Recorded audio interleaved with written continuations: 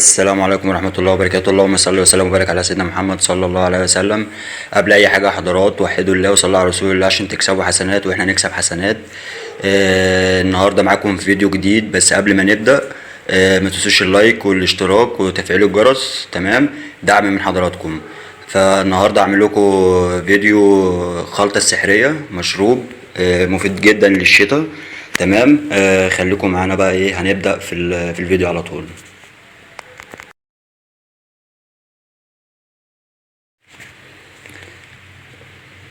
ادي يا حضرات جبنا الكنكه معانا، تمام.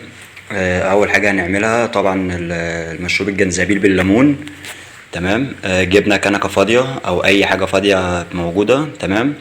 هنجيب بعد كده معلقه جنزبيل، ده بيتباع عند العطار، تمام. بعد ما نحط المعلقه في الكنكه هنعصر عليها ليمونه، تمام. وبعد كده بقى هنحط شويه الميه على قد الكوبايه اللي هنشرب فيها، تمام. تمام يا حضرات. حطينا احنا بقى المعلقه معلقه الجنزبيل وحطينا الليمونه، تمام. هنحط شويه الميه على قد الكوبايه اللي هنشرب فيها، تمام كده. هنقلبها بس تقليبه كده قبل ما نحطها على النار، عشان بس الجنزبيل بيكلكع، يعني عامل زي السحلب، لو ما تقلبش كويس بيكلكع، تمام. نبدا بقى نحط الكنكه على النار، تمام يا حضرات. المشروب ده يا جدعان اقسم بالله مفيد جدا جدا في الشتاء، وفوائد الجنزبيل والقرفة فوائد كبيرة جدا جدا في الشتاء. رقم واحد، فائدة الجنزبيل، تمام. ده بيساعد الجهاز التنفسي، تمام، وبيقوي مناعة الجسم وإزالة الرائحة الكريهة اللي في الفم، تمام، والتخلص من الوزن الزايد، الدهون الزايدة يعني، تمام. والقضاء على الانفلونزا وطارد للبلغم، يعني فوائده كتيرة جدا جدا هو والقرفة. احنا كده حضرات حطينا الكنكة على النار وهنبدأ نقلبها، تمام. واول ما تفور الطبيعي بناخدها وهنصبها في الكاسة اللي معانا او الكوباية اللي معانا، تمام.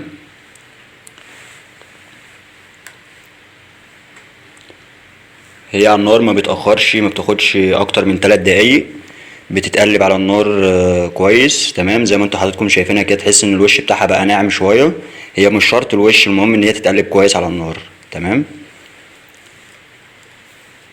وادي بدأ ان هو يغلي معانا، يطلع معانا، بدأ بقى على الحروف اهو دلوقتي، تمام. وهناخده ونصبه في الكاسه اللي معانا.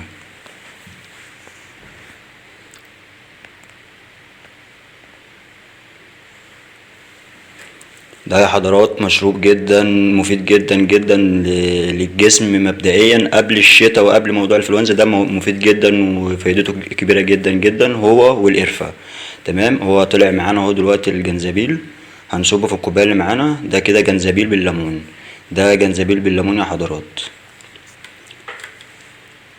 هنصفي بقى بالمصفى اللي معانا.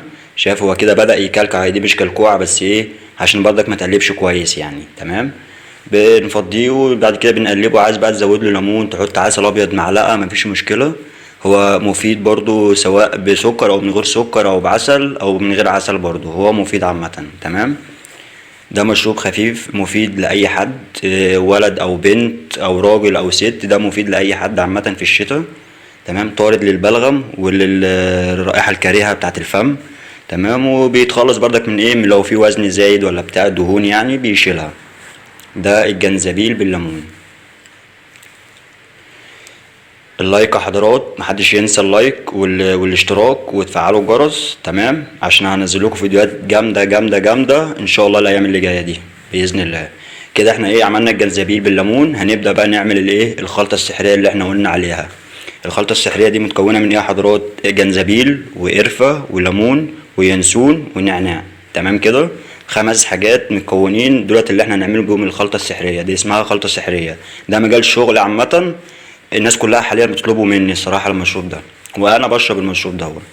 حطيت معلقه جنزبيل ومعلقه قرفه، نص معلقه جنزبيل سوري، ونص معلقه قرفه، تمام، ونص معلقه او معلقه ينسون.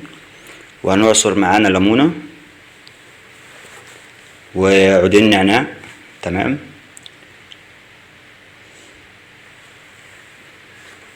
نعصر الليمونه كويس يا حضرات. طبعا انا بعصرها بايدي عشان بتنزل الحاجات اللي فيها دي كويس، اللي هي الدرادير دي، تمام. مفيد جدا برضو.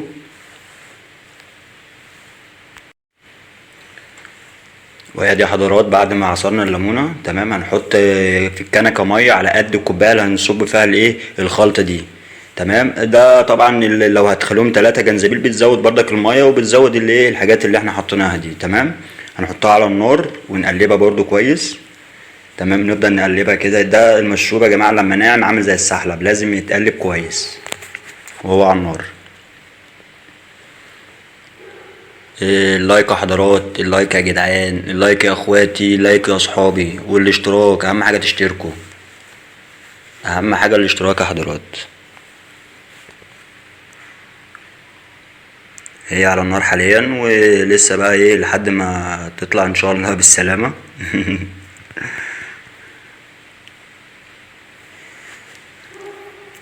طبعا دي اسمها الخلطة السحرية. تمام، ادي الكوباية اللي هنشرب فيها الخلطة السحرية. طبعا انا ايه ما بحبش العسل، فحطيت معلقة سكر كبيرة. تمام، وهنقلب الجنزبيل قبل ما يطلع تاني اللي هو حاليا دلوقتي، وبنقلبه. واول ما يطلع على طول هنسيبه في ايه في الكوبايه اللي فيها معلقه سكر اللي هي بتاعتي انا بقى، والسكر والعسل ده حسب الرغبه يا حضرات، كل واحد براحته يعني. سهل جدا واي حد يعمله. تمام، وحاجاته رخيصة جدا جدا من عند العطار. بتروح بتجيب بقى حاجات صغيرة كده بكلام فاضي خالص، بيديك حاجات كتيرة. ممكن ب10 جنيه تشرب منها شهر كامل في الخلطة دي.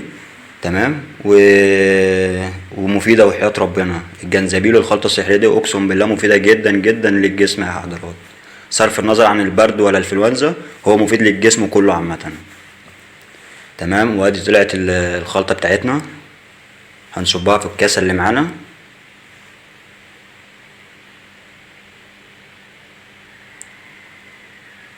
انت بقى حابب تزود ليمون او نعناع تاني مفيش مشكلة، بس ما تزودش في القرفة اكتر من نص معلقة عشان ده مشروب تقيل يا حضرات. يعني لو حد صغير هيشربه مش هيقدر يشربه لو زود الايه القرفة. وكتر المشروب دوت يوميا غلط برضه على الجسم. اللايك والاشتراك يا حضرات. هسيب لكم بقى الايه الوصفة، وصفة الخلطة دي تحت ايه اسفل الفيديو. والسلام عليكم ورحمة الله وبركاته.